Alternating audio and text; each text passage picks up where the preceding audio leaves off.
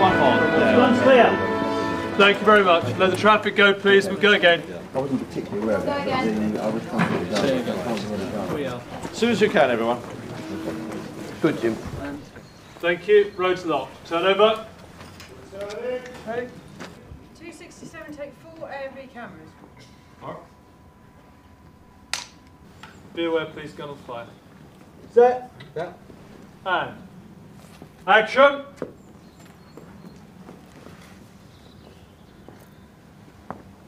There you are, Edward.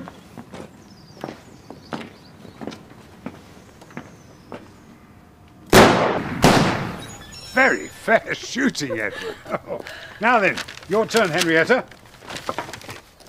See if you could kill a burglar.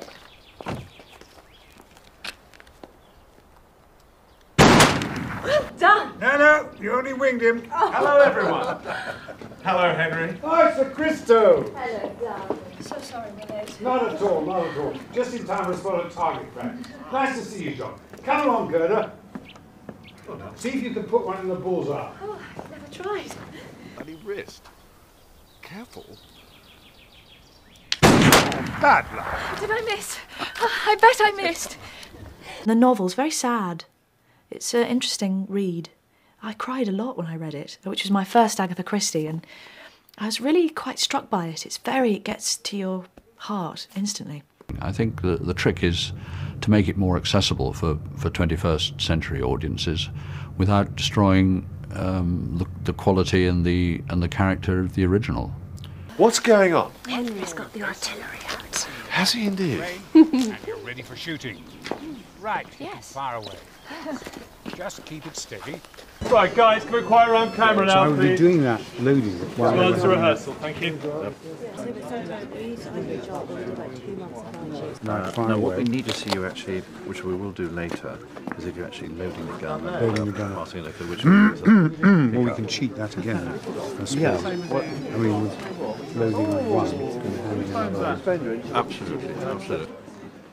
It's a little bit like a time capsule of English life, you know. Not that I'm an expert, I'm not English, so... but when you read the novels, you really get a full picture of all these characters. The characters are very rich, you know, and the dialogue is fantastic. I think it translates really well into screenplays. She understood the meaning of the word entertainment. I don't think, as many people do these days, she made the slightest attempt to educate people. She just liked to entertain them. My turn, is it? Yeah. Oh, how lovely to see you. Thank you, Henry.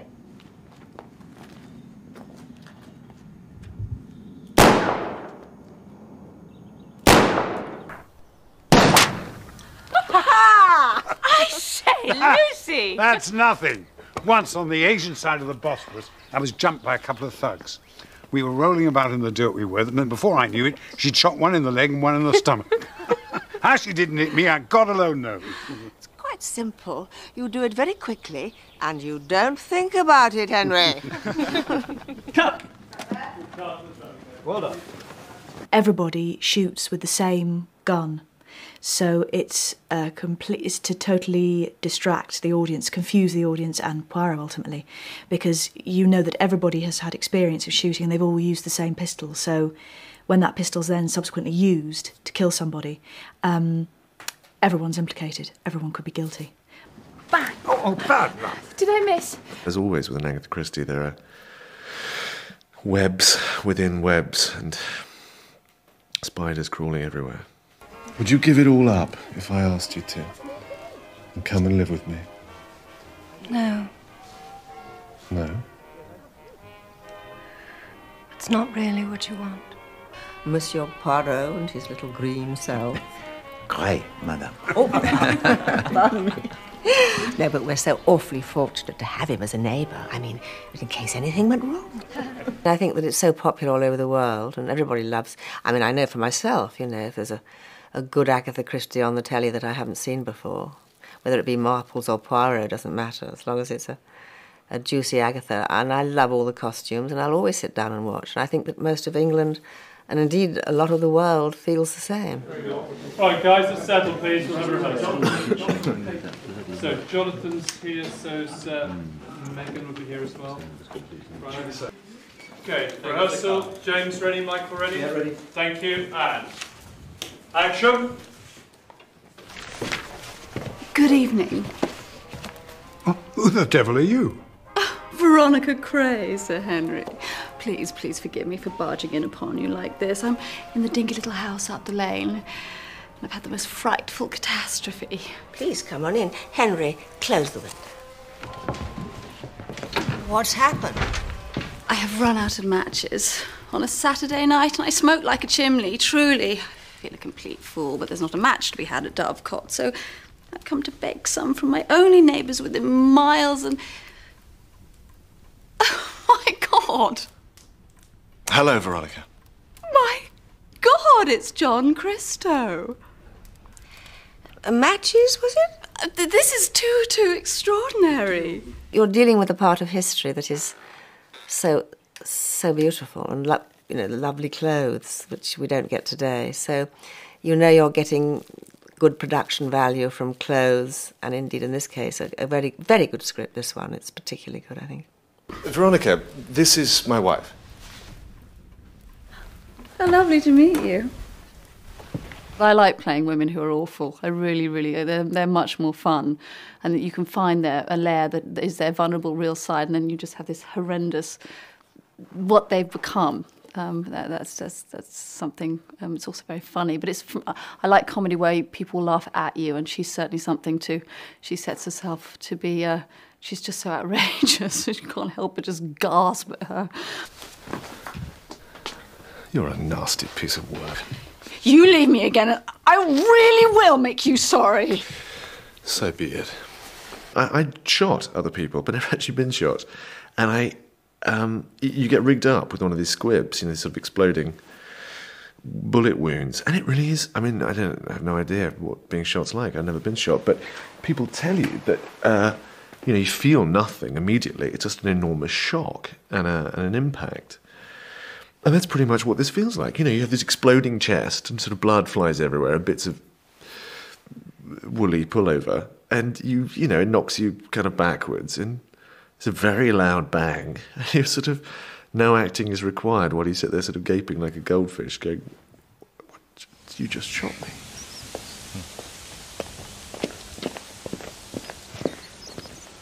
I see that you are playing the murder game.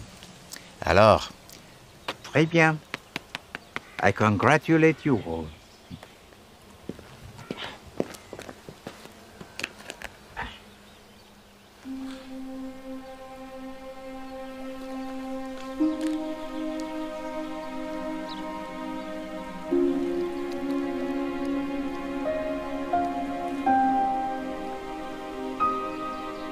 Henrietta.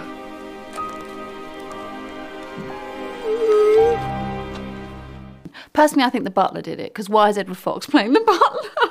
He makes me laugh. He really does. He comes in with one line, tea is waiting, my lady. It's like, what is Edward Fox doing serving the tea? It just cracks me up. Did the butler do it? I don't want to tell you that. I hope nobody has fallen for your bait and said, well, actually, no, or actually, yes. I don't think I can reveal that. At about 5:30 p.m., I noticed a revolver lying upon the hall table. I picked it up, brought it in here. There was a gap on the shelf, so I replaced it where it belonged. Which one, Gudgeon?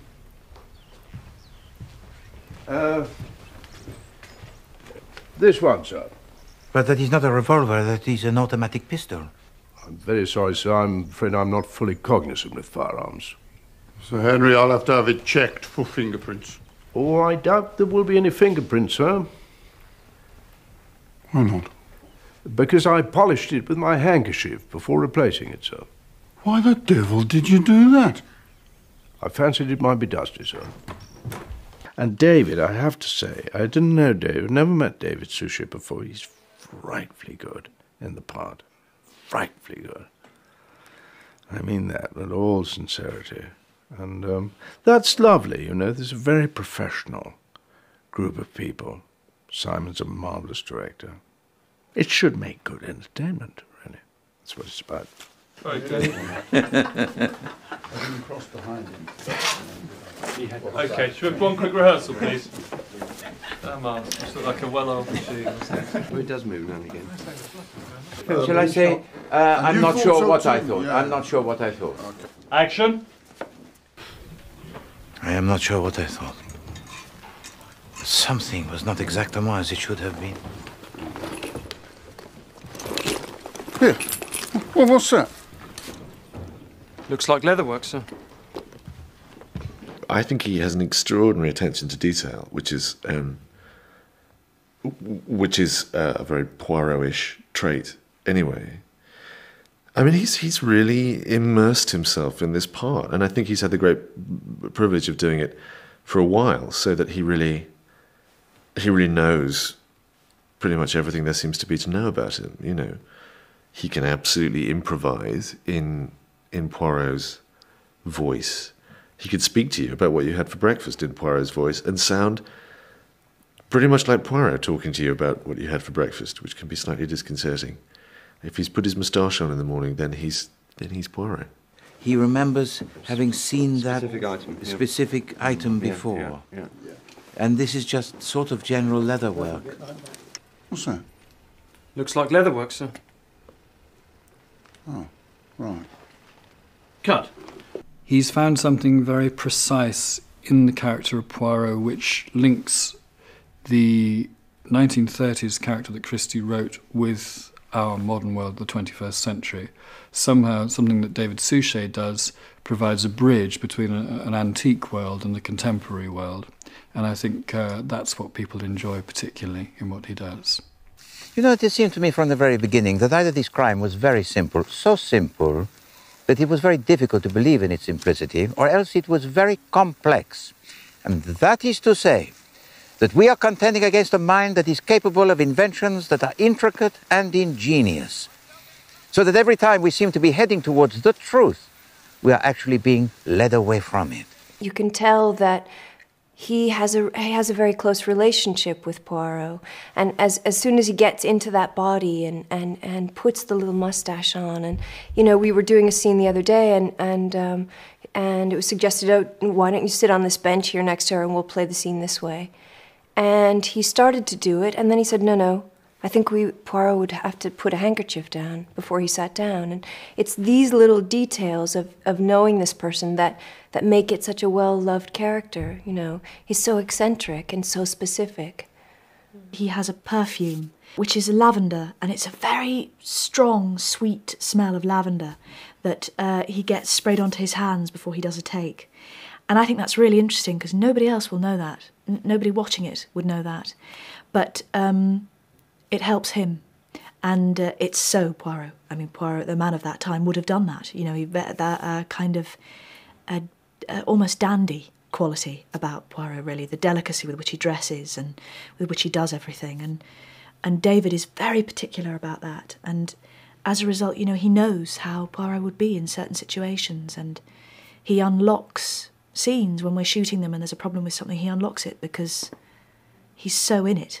He's been with it now for so long as well. He just knows him. I know exactly what Poirot would do in every situation. I could take him out from the moment I wake up in the morning to the moment I go to sleep at night, and I can tell you exactly what he would be thinking, what he would choose to do, what he would choose to say, who he would like, who he would dislike, etc., etc.